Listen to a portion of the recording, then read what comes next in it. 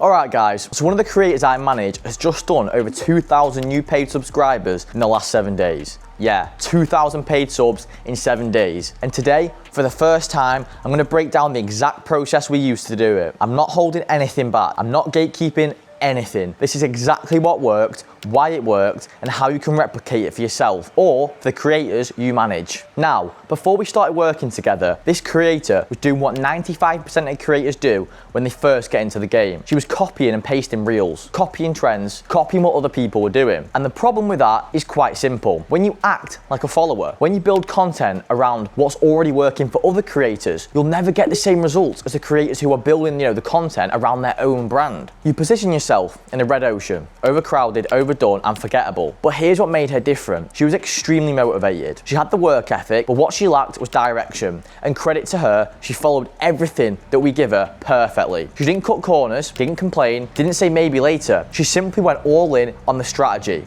And because of that, the results came fast. The very first thing I did was optimize the funnel. Before any content, before any promo, before any posting, we needed a funnel that converted. If your funnel is a leaky bucket, you can pour as much traffic as you want into it, but nothing sticks. So the link in her socials went to a custom domain that redirected to a landing page. This landing page had a bright, attractive picture of her, something that instantly pulls attention. But more importantly, the page used time urgency, a subtle countdown, a limited time wording, something that creates the feeling of, I need to click now or I'm gonna miss out. And when you frame a creator as exclusive, limited, or hard to reach, the perceived value goes up massively. Fans think, if you don't subscribe now, someone else will. And that mindset alone boosts conversion. The landing page only had one link, no distractions, one link, one action. That alone improves conversions more than people realize. And the link was cloaked with bot protection, which is huge for protecting reach. Because if the link triggers any detection on platforms, you get shadow banned, flagged, restricted, and then the whole funnel collapses. So that protection was critical. Next was the OnlyFans landing page, which most creators completely overlook, even though it massively impacts how many people are actually going to subscribe. The first thing I changed was the profile photo. Her old one looked like everyone else's, kind of generic, nothing special. Instead, I picked a bright, smiley photo taken on a professional camera, showing a bit of cleavage, but still keeping it tasteful. Something that pulled the eye without giving away everything, basically. And here's a psychological part. Using a face-focused header photo stops fans from seeing the goods early. It forces curiosity. They want to see more, but they can't. Not until they pay anyway. Curiosity is one of the strongest conversion drivers. Another huge issue, she had her real location on her page. This instantly kills fantasy. So I changed it to X miles away from you. This one little detail makes every single subscriber feel like she's close. Like maybe there's a chance they could meet. Like she's just a short drive away. And that fantasy, whether you like it or not, is a massive part of the monetization. And one of the most important improvements was the bio. Instead of a generic bio like exclusive content, subscribe now, we went totally unique, personal, realistic, and brand aligned. We talked about her hobbies, her personality, her age, which for her niche is a selling point. We made the content sound exclusive. We framed her as someone new to OF, which makes fans feel like they're getting in early before she blows up. And we wrote the bio with a slightly nervous, shy tone, just a touch of vulnerability. And as wild as it sounds, vulnerability increases conversion by making the creator feel more real, more approachable, more girl next door. We also used a max discount offer for new subs and expired subs. But here's the key, sub limit and time limit. When people think something is limited, their brain goes into loss aversion mode. If I don't act now, I'm losing something.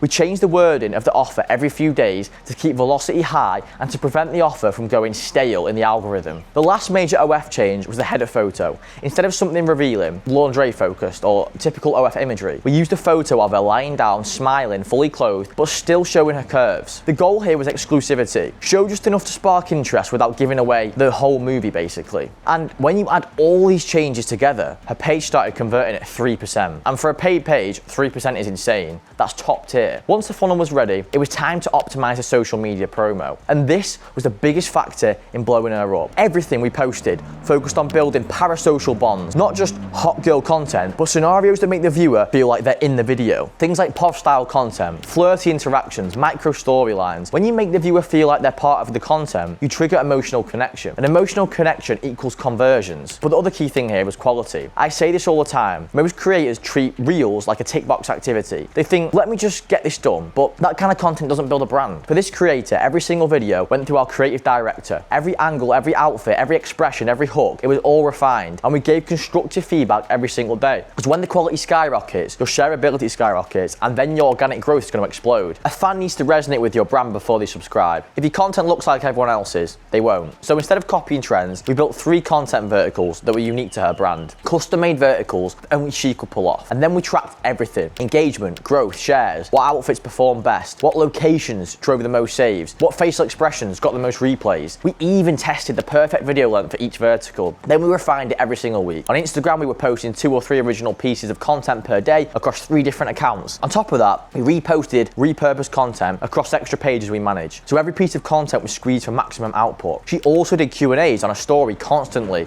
because fans want to see personality. If they like her personality, they'll follow. If they follow long enough, they'll subscribe. She also posted her OF link daily on a story. Simple, but extremely effective for increasing these clicks. We also built out 5 TikTok accounts where we posted the unique content from Instagram. Normally, we don't recommend this for creators because the thing is, TikTok is strict, but in her case, her content was super safe for work, so it made sense. TikTok funneled traffic to Instagram, Instagram funneled traffic to the landing page, and the landing page funneled traffic to OF. On top of that, we pushed long-form YouTube content, 1 video per week. These videos allowed her to speak, show her personality, showcase deeper elements of her brand. The outfits were revealing, but within YouTube guidelines. And here's the crazy part. The fans who came from YouTube converted into whales because long-form content builds the strongest possible bond. They spend 10 minutes listening to her speak, getting to know her, understanding her vibe, and when someone has that level of parasocial bond, their spend goes through the roof. We also ran Reddit and Twitter promo. This creator is in a niche that converts ridiculously well on Reddit. We used a mix of her feed content and AI generated photos, which saved her time and still fit perfectly into her niche. Reddit remains one of the most underrated high intent traffic sources for creators who fit the right profile. And when you combine a high converting funnel, perfectly optimized social media strategy, consistent high quality content,